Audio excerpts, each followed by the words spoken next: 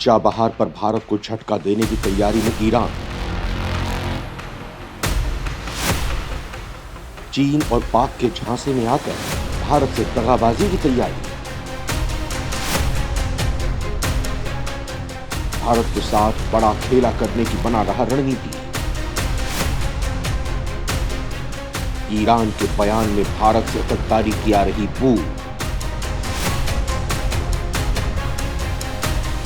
दोस्ती की आड़ में भारत की पीठ में छुरा भोंक रहा ईरान।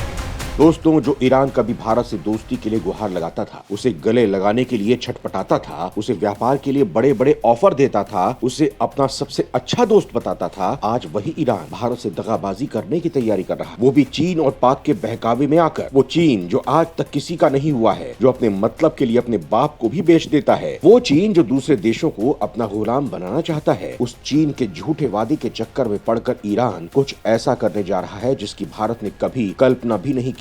अपनी इस मंशा में ईरान चीन के साथ पाकिस्तान को भी शामिल कर रहा है। मतलब ईरान ने भारत को डबल क्रॉस करने की तैयारी कर ली है, वो भी उसके दो दुश्मनों के जरिए। इसकी खास वजह भारत की अमेरिका और इजराइल से करीबी है, जो ईरान को बिल्कुल रास नहीं आ रही है, क्योंकि अमेरिका के कारण ही आज ईरान कई प्रतिबंधों को झेल रहा है, अपने तेल का निर्यात नहीं कर पा रहा है, लिहाजा वो अमेरिका से चिढ़ा हुआ है। इसी का नतीजा है कि यूक्रेन युद्ध में उसकी रूस के साथ नजदीकी बढ़ती जा रही है और दोनों के बीच कई डील भी फाइनल होने की बात कही जा रही है। रूस ही नहीं, भारत के कट्टर दुश्मन चीन से भी ईरान के रिश्ते दिनों दिन मधुर होते जा रहे हैं। लेकिन हैरानी की बात पाकिस्तान को लेकर है, जिसके साथ ईरान व्यापार को आगे बढ़ाने की तैयारी कर रहा है, ये जानते हुए कि ये दोनों ही देश भारत विरोधी अभियान चलाते रहते हैं। ईरान उन देशों को वो प्रोजेक्ट देने जा रहा है जिसे पूरा करने के लिए भारत ने अपनी प्रतिबद्धता जता दी है और इसे लेकर वो दिन रात काम भी कर रहा है। बावजूद इसके ईरान गहरी चाल चलने जा रहा है, भारत को इस प्रोजेक्ट से दूर करने जा रहा है, ये जानते हुए भी कि भारत की इस प्रोजेक्ट से कितनी उम्मीदें जुड़ी हैं और वो इसे लेकर कितना संजीदा है। दोस्तों, लेकिन कहते हैं ना, विनाश काले विपरीत बुद्धि। ईरान के साथ भी कुछ ऐसा ही होने वाला है। जिस चीन और पाकिस्तान के लिए वो भारत के साथ चालबाजी करने जा रहा है, आखिर में वो उसे अपना मतलब सिद्ध हो जाने के बाद दूध की मक्खी की तरह निकाल फेंक देंगे।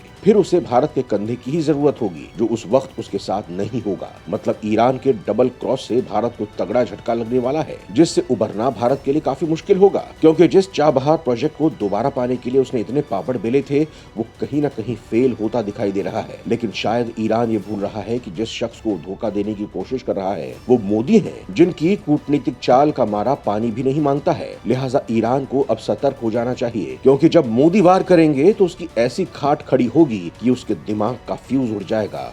दोस्तों, आज के इस वीडियो में हम ईरान की इसी दगाबाजी का विश्लेषण करेंगे, जिससे भारत को गहरा जख्म मिलने वाला है। चाबहार पर भारत को दगा देने की तैयारी। कब निवेश का हवाला देकर चीन पाक से गठजोड़। दोस्तों, चीन और पाकिस्तान के साथ दोस्ती बढ़ा रहे ईरान ने अब चाबहार बंदरगाह को लेकर भारत पर दबाव बनाना शुरू कर दिया है। ईरान के बंदरगाहों के प्रमुख अली अकबर सफाई ने भारत पर निशाना साधते हुए कहा कि वर्तमान समय में चाबहार बंदरगाह में भारत का निवेश ईरान की अपेक्षाओं से मेल नहीं खाता है। ईरानी अधिकारी ने ये तीखा बयान चाबहार के दौरे पर पहुंचे भारत के बंदरगाह मंत्री सर्बानंद सोनोवाल के सामने दिया, जिसके बाद भारत को ईरान की मंशा का अंदाजा हो गया है। दोस्तों, आखिर इस चाबहार बंदरगाह में ऐसा क्या है जो इस प्रोजेक्ट से हटने पर भारत को तगड़ा झटका लग सकता है, आपको बताऊंगा। लेकिन उससे पहले ये जान लीजिए कि आखिर इस बंदरगाह का इतना महत्व क्यों है। चाबहार बंदरगाह क्यों है खास, भारत को इससे क्या होगा फायदा। दोस्तों, चाबहार बंदरगाह को भारत सरकार की महत्वाकांक्षी परियोजनाओं में गिना जाता है, लेकिन इसके साथ ये भी सच है कि चाबहार बंदरगाह को विकसित करने के पीछे न सिर्फ भारत को लाभ है, बल्कि ईरान और अफगानिस्तान को भी इस बंदरगाह से काफी फायदा होगा। हालांकि ये बंदरगाह भारत को आर्थिक रूप से बहुत लाभ पहुंचाने वाला है, लेकिन ये भारत के लिए कूटनीतिक और सामरिक महत्व रखने वाला बंदरगाह भी है। चाबहार बंदरगाह ईरान के सिस्तान बलूचिस्तान प्रांत में स्थित है। ओमान की खाड़ी में स्थित ये बंदरगाह ईरान के दक्षिणी समुद्र तट को भारत के पश्चिमी समुद्री तट से जोड़ता है। चाबहार बंदरगाह ईरान के दक्षिणी पूर्वी समुद्री किनारे पर बना है। इस बंदरगाह को ईरान द्वारा व्यापार मुक्त क्षेत्र घोषित किया गया है। ये पाकिस्तान के ग्वादर बंदरगाह के पश्चिम की तरफ केवल 72 किलोमीटर की दूरी पर है। इस बंदरगाह की भौगोलिक स्थिति भारत और अफगानिस्तान के साथ भी व्यापार के लिए बहुत अनुकूल है, क्योंकि अफगानिस्तान के साथ भारत का केवल थल मार्ग ही जुड़ सकता है, जो कि पाकिस्तान से होकर गुजरता है। दोस्तों, आपको बता दूं कि अफगानिस्तान सब तरफ से थल से घिरा हुआ देश है। यहाँ तक पहुँचने के लिए कोई समुद्री मार्ग नहीं है। ऐसे में भारत के लिए ईरान का ये बंदरगाह बंदरगाह ईरान के अलावा अफगानिस्तान के साथ के संबंधों को सुधारने में भी सहायक हो सकता है। चाइना अपने राष्ट्रपति शी जिनपिंग के नेतृत्व में बेल्ट एंड रोड इनिशिएटिव को one belt one road project के अंतर्गत आक्रामक रूप से बढ़ा रहा है और भारत का ये चाबहार बंदरगाह इसी का जवाब है। इस प्रोजेक्ट की मदद से चीन सड़क के माध्यम से रशिया, अफगानिस्तान, तुर्की, इटली, कीनिया और बांग्लादेश से होता हुआ पूरे भारत का घेराव कर लेगा। लेकिन अब ईरान इसी प्रोजेक्ट में चीन को शामिल कर भारत को आउट करने की तैयारी कर रहा है।